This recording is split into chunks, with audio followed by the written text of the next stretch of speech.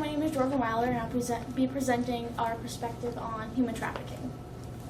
Human trafficking. What is human trafficking? It's a form of modern-day slavery in which victims are used for forced labor or sexual exploitation. And who does it affect? It affects any race, sex, or age. However, 80% of women, half of minors under 25, mid to late teens are mostly affected by human trafficking.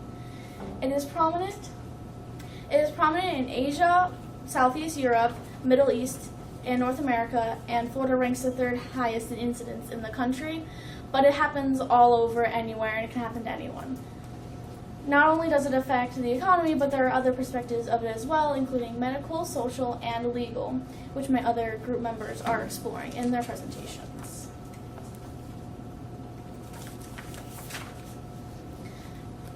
Economics, facts of human trafficking. The average slave costs $90. 8% of human trafficking involves sexual exploitation, 19% involves labor exploitation, which would be children begging for money or just immigrants working to pay off their housing and labor. And 20 to 30 million people are slaves today. So it's just showing that it's very prominent across the world. And 17,500 to 20,000 people are trafficked into the U.S. each year. 800 people are trafficked across borders, and millions more are domestically in their own state or country. It's the second largest illegal trade in the world behind drugs.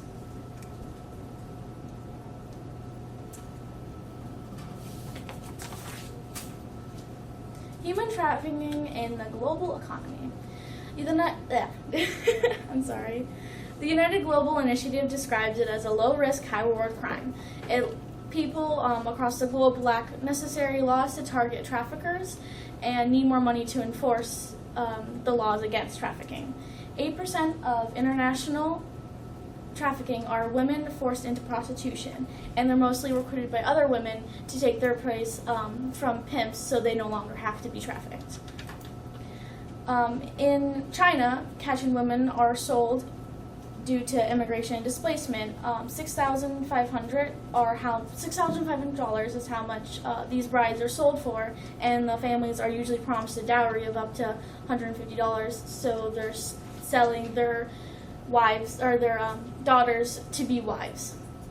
And the migration, displacement, and lack of aid increase women's vulnerability across the China-Myanmar border because they're seeking upward mobility to finance their education, and they're fleeing the Kachin Independent Organization and Myanmarese conflict across that border as well. And the war is leading to stagnation in the economy, and it's allowing no jobs and trafficking to run across that as people are trying to supplement their income. In Thailand, there's $1 million sex tourism attracts East Asia and Europe.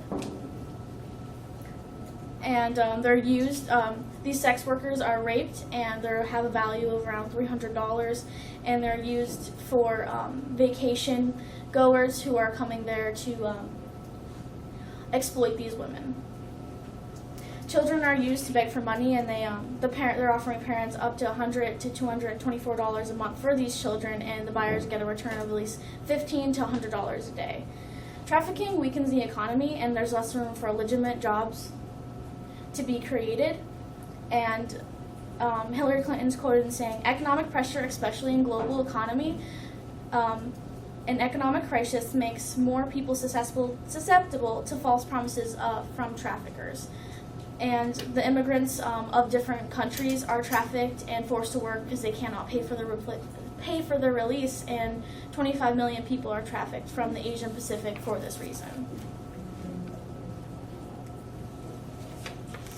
It's also a national problem in our nation, which is the United States.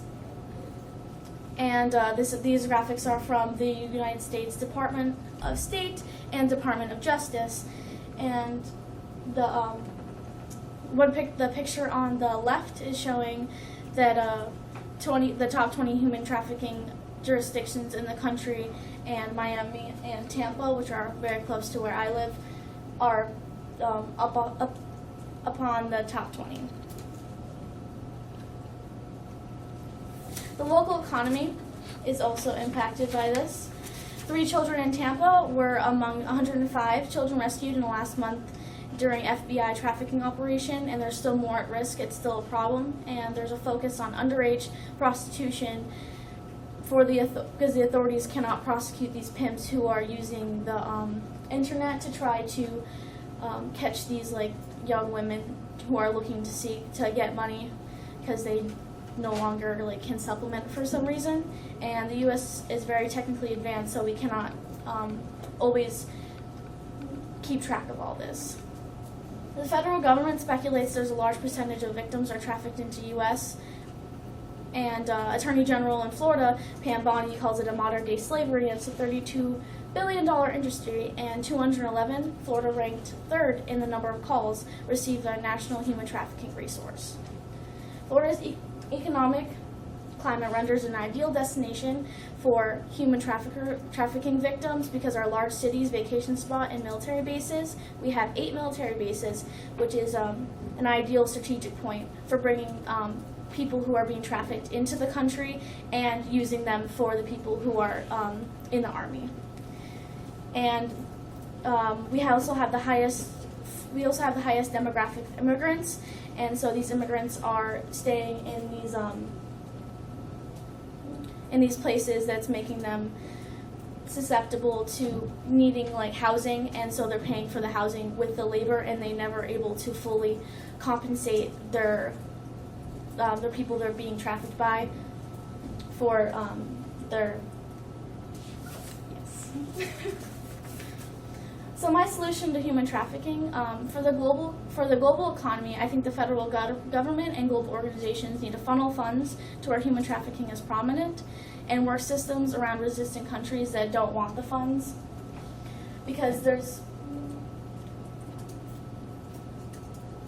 and in the local, I think organizations should raise funds around their communities to stimulate the economy and educate those who are targeted in the community, and it would create more jobs for the organizations and for the people who need help after the aftermaths of being trafficked from prostitution and or being used for their labor. Thank you very much.